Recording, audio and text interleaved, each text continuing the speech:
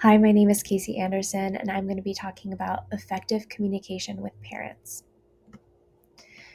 To start us off, what is effective communication with parents? This is keeping parents in the loop with their child's progress in the classroom. This is important because it avoids surprises as far as if there are issues that keep arising, and then all of a sudden you say, hey, this is becoming too big of an issue. I need to talk to the parent.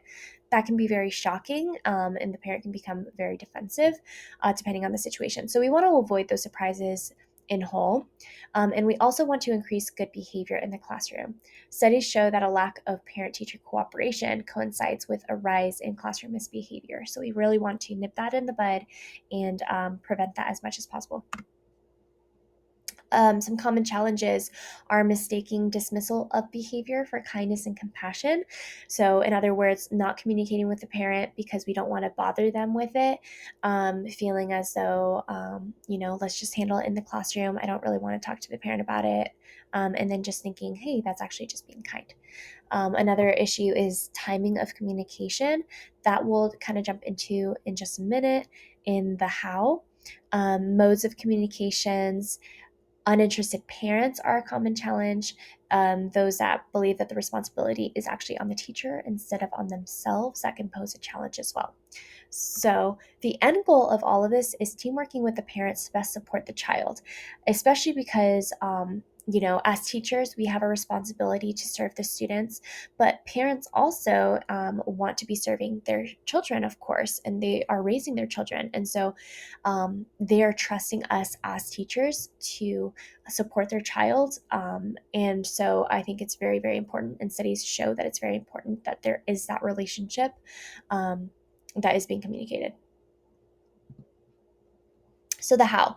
Firstly, be straightforward in communication. Don't beat around the bush as far as what you are telling the parents, but instead be very clear as far as what you are trying to get across to them. If the child is misbehaving, of course, we want to be kind in the way that we discuss it, but we need to be clear in our intentions and the purpose of why we are communicating. Also, we want to find out the most productive form of communication for the parent. Is it sending a note home in the folder, or is that going to get lost in the mix? Is it emailing, or do they not really check their email? Is it texting or a phone call? What is the way that you can get into contact with that parent? I would suggest sending home a paper, or during the meet the teacher night or back to school night, having a paper that they can fill out what is the best method to be communicated with.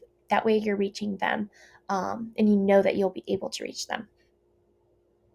Also, constant communication with the more challenging students. Again, this is a way that we avoid surprises, is making sure that the parents are aware of the situations that are going on in the classroom. Most parents have the same motivation. They want to help the child succeed. So let's help them do that and make sure that we're communicating good and bad. Do not communicate too late about a situation. So this is the sweet spot situation we talked about in the last slide. Um, you want to make sure that the parents are in the loop, so that you prevent frustrations in the future. But like obviously when during pickup, that is not the time that we want to be discussing challenges with student. Um, but we also don't want to wait too long, because then the parent can't communicate with the child, especially if you're able to communicate with them right after school somehow after pickup.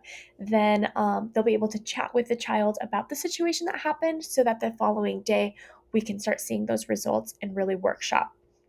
So we don't want to communicate too early, but we also don't want to communicate too late with the parent. Try to hit that sweet spot. In conclusion, I just wanted to encourage us with our verse, Proverbs 22:6. Start children off on the way they should go, and even when they are old, they will not turn from it.